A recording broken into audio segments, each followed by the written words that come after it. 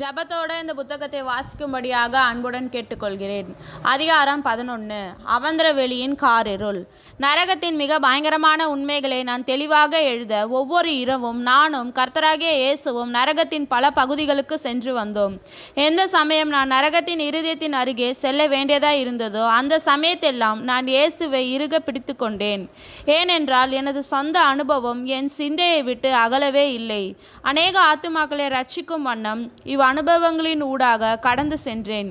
ஒவ்வொரு தடவையும் நான் திரும்பி என் குடும்பத்தாருடன் நான் இருக்கிறேன் என்றால் அது கர்த்தரின் பெரிதான கிருபைதான்.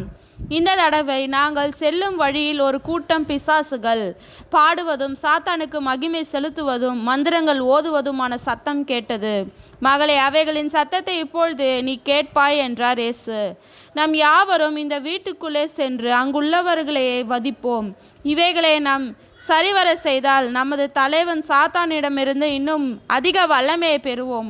ஓ, எல்லோரும் வாருங்கள், நாம் யாவரும் அவர்களுக்கு அதிக வருத்தத்தையும் பலவீனத்தையும் வேதனையையும் கொடுப்போம் என்று சொல்லி அவைகள் ஆடவும் பாடவும் சாத்தானை வணங்கவும் முறைப்பட்டன. ஏய், நாம் மிகவும் கவனமாக இருக்க வேண்டும்.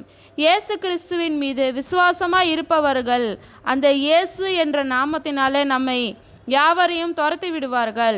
எனவே இயேசுவை பற்றியும் அவருடைய நாமத்தின் வல்லமையை உணர்ந்தவர்களின் வீடுகளுக்கு செல்ல வேண்டாம், கவனம் என்றன. எனது தூதர்கள் என்னுடைய பிள்ளைகளின் வீடுகளை இவ்வகை பிசாசின் பிடியினின்று விடுவித்து காக்கின்றனர். இவ்வகை பிசாசுகளின் தந்திரம் என் பிள்ளைகளின் வீடுகளிலே பலிப்பது இல்லை. இதுவுமன்றி ரட்சிக்கப்படாத என்னை அறியாத அநேக இல்லங்களையே இத்தூதர்களால் நான் காக்கிறேன். என் சேனைகளின் தூதர்களில் சிலர் சாத்தானின் திட்டங்களை கவிழ்த்து போட நான் அவர்களுக்கு கட்டளையிட்டுள்ளேன். மேலும் மகளே, பூமியிலுள்ள காற்று மண்டலத்தில் அநேக பிசாசுகள் சுற்றி திரிகின்றன. அவற்றில் சிலவற்றை நீ காணும்படி செய்தேன், மற்றவர்களை நீ காண முடியாது. இதனால் தான் சுவிசேஷத்தின் சத்தியமானது உலகமெங்கும் பிரசங்கிக்கப்பட வேண்டியது அவசியமாயிற்று. இந்த சத்தியமே ஒரு மனிதனை விடுதலையாக்க முடியும். நான் இச்சத்தியத்தை கேட்டவர்களையும் தீமையின்றி விலகி காப்பேன். எனது நாமத்தை நம்புகிறவர்களுக்கு விடுதலையும் ஒரு சுதந்திரமும் உண்டு. வானத்திலும் பூமியிலும் எனக்கு சகல அதிகாரம் கொடுக்கப்பட்டு இருக்கிறது. சாத்தானுக்கு நீ பயப்படவே வேண்டாம், ஆனால் கர்த்தருக்கு பயப்படுகிற பயம் உன்னை பற்றி இருக்க வேண்டும் என்றார் இயேசு. இவற்றாக நாங்கள் நரகத்திலே சென்று கொண்டு இருக்கையில் 30 அடி உயரமுள்ள காரிய பெருத்த மனிதனை சந்தித்தோம். அவன் ஒரு தேவதூதனைப் போல் இருந்தான். அவன் தனது இடது கரத்தில் ஒரு பெரிய வட்டி வடிவ தட்டையை மெதுவாக சுற்றி கொண்டிருந்தான். அங்கு காரிருளும் பற்கடிப்பும் புலம்பலும் அதிகமாயிருந்தன. ஆண்டவரே, இது என்ன என்றேன். இந்த இடத்துக்கு அவந்திர வெளியின் காரிருள் என்று பெயர் என்றார் இயேசு. மனிதனுக்கு இயற்கைகள் இல்லை. அவன் அந்த தட்டை வீசி எரிந்துவிட ஆயத்தப்பட்டவனாய் நின்றான். அத்தட்டின் நடுவே அக்கினி எரிந்து கொண்டிருந்தது. அதன் விளிம்பிலே காரிருள் சூழ்ந்திருந்தது. அந்த தட்டை சுற்றி எரியும் பங்கிலே முன்னும் பின்னும் நகர்ந்து ஒரு த்ரோவீரனைப் போல அந்த தூதன் காணப்பட்டான். கர்த்தர் என் மனதிலே எழும் சந்தேகங்களை தீர்க்கும் வண்ணமாக, மகளே, ராஜ்யத்தின் பிள்ளைகள் புறம்பான காரிருளே தள்ளப்படுவார்கள். அங்கே பறக்கடிப்பும் புலம்பலும் இருக்கும் என்றார். அப்படியென்றால் இவர்கள் உம்முடைய ஊழியக்காரர்களா என்றேன் நான். அதற்கு இயேசு, ஆம் மகளே, இவர்கள் என் ஊழியர்காரர்கள்தான். பின்மாற்றமாய் போனார்கள். என்னை காட்டிலும் உலகத்தின் ஆசபாசங்களை அதிகமாய் நேசித்தவர்கள். அதன் பின் தான் பாவத்திலே திவிர்த்தவர்கள். என்னை இவர்கள் அறியாதிருந்தால் நலமாயிருக்கும். மேலும் என்னை நம்பு மகளே, நீ பாவம் செய்வாயானால் உனக்காக பிதாவினிடத்தில் பரிந்து பேச ஒரு மத்தியஸ்தர் உண்டு. நீ மாயமாய் உன் பாவங்களை மறைக்காமல் உண்மையாய் அறிக்கை செய்வாயானால் நான் உன்னை கழுவி சுத்திகரிப்பேன். நீ மனம் திரும்பாத பட்சத்தில் நீ அறியாத நாழிகை நேரத்தில் திடீரென்று நான் உன்மேல் வருவேன். வந்து அவிசுவாசிகளுடன் உன் பங்கை நியமித்து காரிருளிலே தள்ளுவேன் என்றார் இயேசு. இதனை நான் கேட்டுக்கொண்டு இருக்கையில் அந்த தூதன் தன் கையில் இருந்த தட்டை வேகமாக சுற்றி வெகு தூரமான காரிருளிலே எரிய கண்டேன். வானமும் பூமியும் ஒழிந்து போகும், என்னுடைய வார்த்தைகள் ஒழிந்து போகாது என்றார் இயேசு.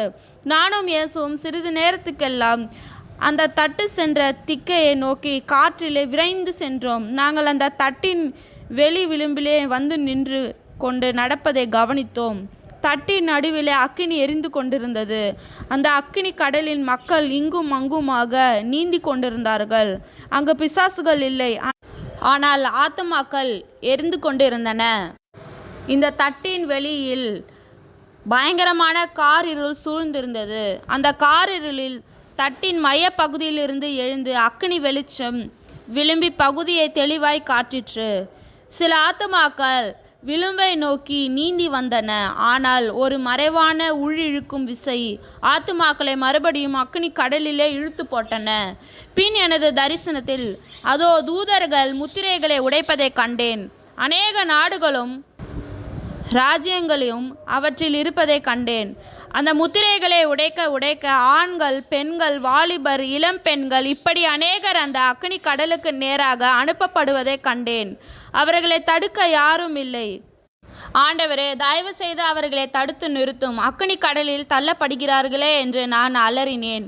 அதற்கு ஆண்டவர், காதுள்ளவன் கேட்க கடவன், கண்ணுள்ளவன் காண கடவன். மகளே, பாவத்தை குறித்து துன்மார்க்கத்தை குறித்தும் கடிந்து உபதேசி. என் ஊழியக்காரர் எனக்கு உண்மையாயிருக்க எச்சரி. என்னை நோக்கி எப்போதும் கூப்பிட சொல். அவர்களுக்கு இந்நரகத்தை குறித்து சொல்லவே இதன் ஊடே உன்னை அழைத்து செல்கிறேன் என்றார். சிலர் உன்னை நம்ப மறுப்பார்கள். கர்த்தர் நீடிய பொறுமையும் இரக்கமும் உள்ளவர். எனவே ஆணையும் பெண்ணையும் இந்நரகத்துக்கு அனுப்ப மாட்டார். ஆனால் என் வார்த்தைகள் யாவும் உண்மை. மெய்யாகவே பயப்படுகிறவர்களும் அவிசுவாசிகளும் இந்த அக்கினி கடலிலே பங்கடைவார் என்றார் இயேசு. ஜபத்தோடு இந்த புத்தகத்தை வாசிக்கும்படியாக அன்புடன் கேட்டுக்கொள்கிறேன். அதிகாரம் 11. அவந்திர வெளியின் காரிருள். நரகத்தின் மிக பயங்கரமான உண்மைகளை நான் தெளிவாக எழுத ஒவ்வொரு இரவும் நானும் கர்த்தராகிய இயேசுவும் நரகத்தின் பல பகுதிகளுக்கு சென்று வந்தோம். எந்த சமயம் நான் நரகத்தின் இருதயத்தின் அருகே செல்ல வேண்டியதாய் இருந்ததோ அந்த சமயத்தெல்லாம் நான் இயேசுவை இறுக பிடித்து கொண்டேன். ஏனென்றால் எனது சொந்த அனுபவம் என் சிந்தையை விட்டு அகலவே இல்லை. அநேக ஆத்துமாக்களை ரட்சிக்கும் வண்ணம் அனுபவங்களின் ஊடாக கடந்து சென்றேன். ஒவ்வொரு தடவையும் நான் திரும்பி என்